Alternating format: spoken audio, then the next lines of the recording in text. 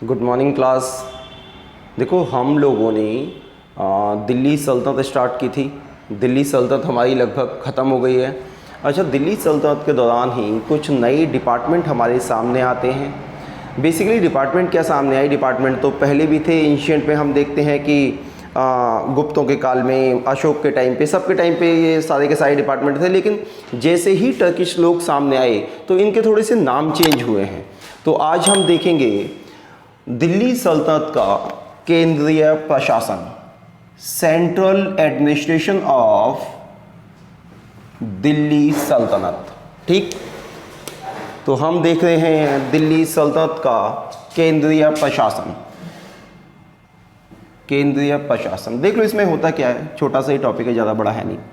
Sultan was the head of government. सुल्तान क्या है? सुल्तान के हाथ में सभी शक्तियाँ केंद्रित रहती हैं। और देखते हैं कि सुल्तान के पास में कौन कौन से लोग हैं जो अलग अलग डिपार्टमेंट को संभाल रहे हैं।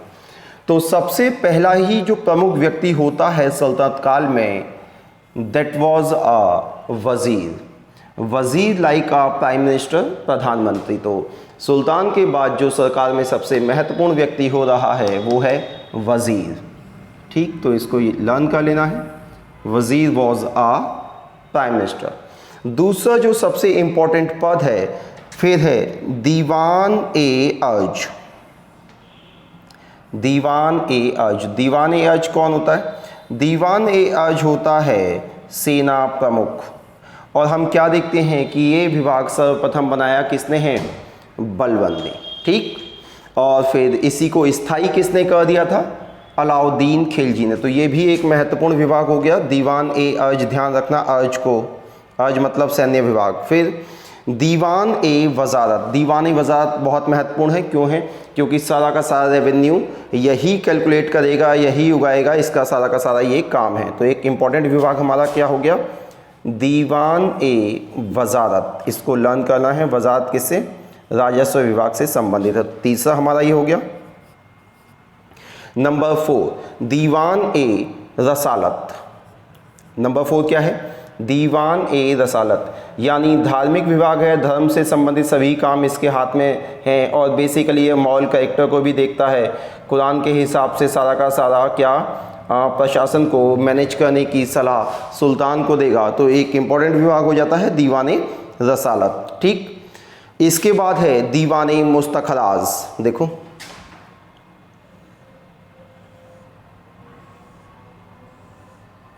दीवाने मुस्तखराज समझ लो, ये बनाया है अलाउद्दीन खिलजी ने। और इसका काम भी क्या था? राजस्व वसूलने का काम है। पहले जो ये कर रहे हैं दीवाने वजारत, वही अब अलाउद्दीन के समय पे क्या करता है? दीवाने मुस्तखराज। और इसकी स्थापना भी किसने की है? अलाउद्दीन खिलजी ने। ठीक, इसके बाद है काजी उल कुज़ात। न्याय विभाग का प्रमुख होता है काजी उल कुज़ात, न्याय विभाग का प्रमुख है। इसके बाद हम देखते हैं कि अमीर ए अखरूर। अमीर ए अखरूर एक महत्वपूर्ण विभाग है सल्तनत काल में।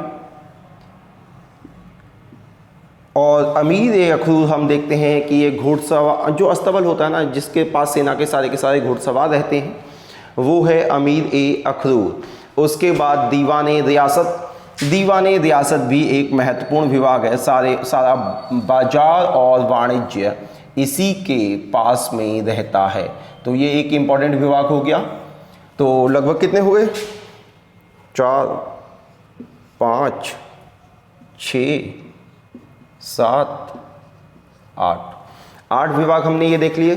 कुछ 5-7 और हैं, उनको भी देख लेते हैं। तो दिल्ली सल्तनत का सेंट्रल एडमिनिस्ट्रेशन हमें क्लियर हो जाएगा। एक और चीज़, जितने बोर्ड पे लिख दिए हैं उनके बाहर आपका प्रश्न नहीं जाएगा। फिर एग्ज़ाम कोई सा भी हो, इनके बारे में 2-2 लाइनें पढ़ लेनी है, ये इनफ है। केंद्रीय प्रशासन से कोई भी प्रश्न आएगा तो इसी में से आएगा, बाहर नहीं जाना है। तो ध्यान से देख लें। 8 ये हो गए, 5-7 और कर लेते हैं। तो दिल्ली सल्तनत का, सल्तनत भी कब से कब तक है? देखो, सल्तनत का ड्यूरेशन पता है ना? सल्तनत का ड्यूरेशन है 1206 से 1526 तक की बात कर रहा हूँ मैं केवल अभी। 1206 से लेके 1526 तक का एडमिनिस्ट्रेशन है, ये ध्यान रखना।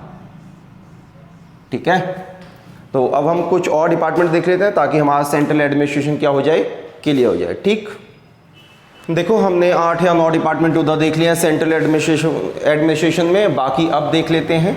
ठीक, तो हमारा अब 10वां हो जाएगा मुशर्रिफ ए ममलिक। मुशर्रिफ ए ममलिक जो है वो है अकाउंटेंट जनरल, यानी कि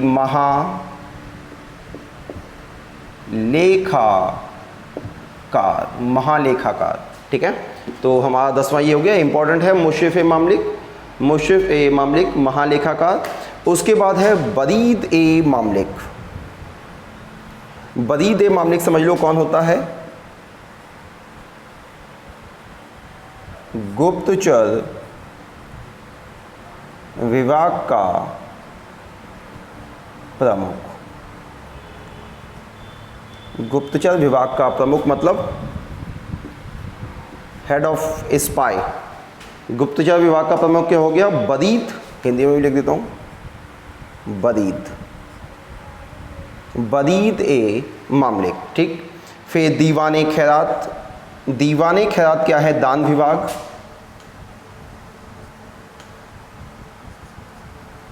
खैरात दान विभाग। दीवाने खैरात दान विभाग है और फिरोज शाह तुगलक ने बनाया था इसको। तो ये हो गया हमारा 11 नंबर, ये हो गया 12 नंबर। अब आ जाओ 13 पर, दीवाने बंदगान यानी दास विभाग। दास विभाग भी किसने बनाया, दास विभाग भी बनाया है फिरोज शाह तुगलक ने। तो इंपॉर्टेंट है, ये बहुत पूछा जाता है दीवाने बंदगान। ठीक, इसके बाद हम देख लेते हैं नंबर 14। नंबर 14 है दीवाने इंसा। दीवाने इंसा क्या है, डिपार्टमेंट ऑफ कॉरस्पॉन्डेंस, यानी पत्राचार। एक सुल्तान के लेटर दूसरे राज्य में लेके जाना है, वहाँ से पत्राचार करना। इसका मतलब है कि चिट्ठियाँ लाने ले जाने वाले डिपार्टमेंट को क्या कह रहे हैं, दीवान ए इंसा, यानी कॉरस्पॉन्डेंस। दीवान ए इंसा, इंसा, दीवान ए इंसा क्या हो जाएगा, पत्राचार विभाग। इसके बाद हम देखते हैं दीवान ए इस्तहाक। दीवान ए इस्तहाक। दीवान ए इस्तहाक है पेंशन विभाग।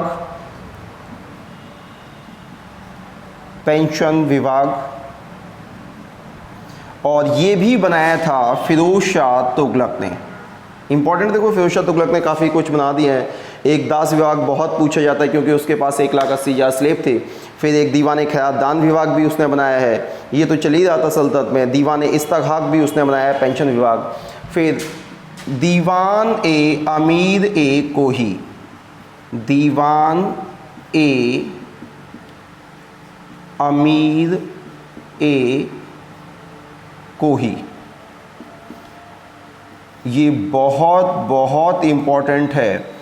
सल्तनत में अगर कोई प्रश्न नहीं आता ना आपसे, तो ये प्रश्न पूछ लेता है कि who build the department of दीवाने अमीर कोही। ये बनाया था मोहम्मद बिन तुगलक ने, और ये बहुत इम्पॉर्टेंट है और ये पूछा जाता है, ध्यान रखना। अगर कोई डिपार्टमेंट नहीं आ रहा है तो ये आ जाता है। कृषि विभाग, ओह हाँ, कृषि विभाग। कृषि विभाग मतलब डिपार्टमेंट ऑफ एग्रीकल्चर।